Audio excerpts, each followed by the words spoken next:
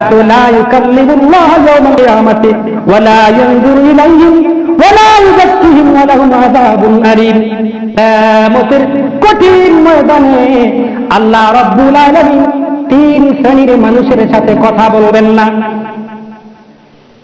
আল্লাহ রাব্বুল আলামিন তিন শ্রেণীর মানুষের সাথে কথা ইউকাল্লিমুল্লাহ ইয়াউমাল কিয়ামাতে তিন শ্রেণীর মানুষের সাথে কিয়ামতের দিন কথা বলবে না। এরপর কি করবে?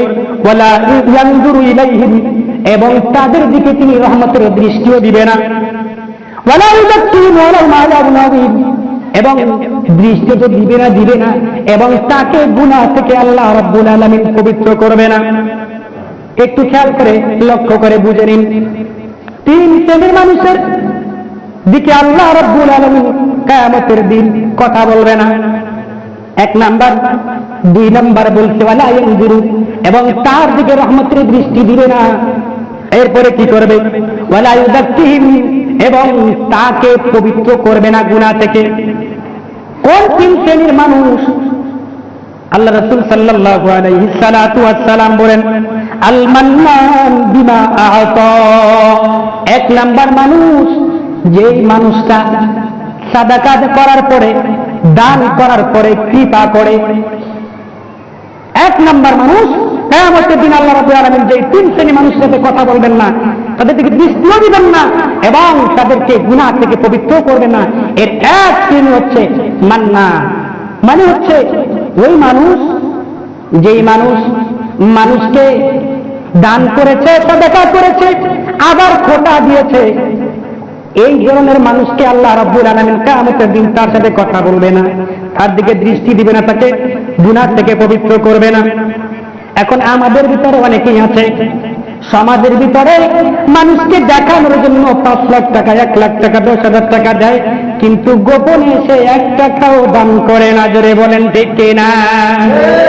কৃপা করে, দান করে কৃপা করে, মানে মানুষের লোক দেখানোর জন্য হতে পারে, আবার দেওয়ার পরে সেখান থেকে কিছু পাওয়ার আশা রাখে, খোটা দেয়। এই শ্রেণী মানুষের দিকে আল্লাহ দৃষ্টি দিবেন না, তাকাবেন না, কথা বলবেন না।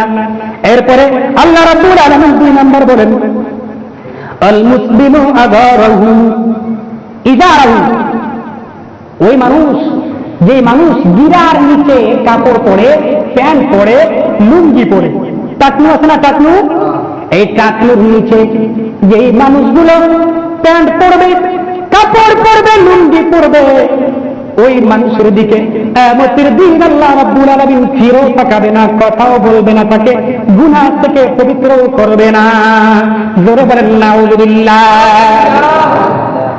এরপরে আর একজনের কথা বলেছেন, ওই ব্যক্তি, যেই ব্যক্তি দুনিয়ার ভিতরে কসম করে তারপরে দ্রব্য বিক্রি করে, জিনিস বিক্রি করে, এমন ব্যবসায়ী কি এই সমাজে আছে না নাই? সকালবেলা বলে, ভাই কসম করে বললাম আপনি আমার প্রথম কাস্টমার, তাই আপনার কাছে কম দামে বিক্রি করি, অথচ এর আগে 10 জন বেচা শেষ। জেনে বলেন ঠিক কিনা? আবার বলে, ভাই বিশ্বাস করে আল্লাহর কসম করে বলি আপনার কাছ থেকে আমি মোটেও লাভ করব না, আমি এই টাকায় কিনেছি, ওই টাকায় আপনি দেন। জোরে বলেন ঠিক কিনা? বলেন তো সত্য বলেছে না মিথ্যা বলেছে? এই যে মানুষগুলো মিথ্যা বলতেছে, এর কারণে আল্লাহ রাব্বুল আলামিন কিয়ামতের ময়দানে ওই মানুষের নিকট ফিরেও তাকাবে না, কথাও বলবে না, আর গুনাহ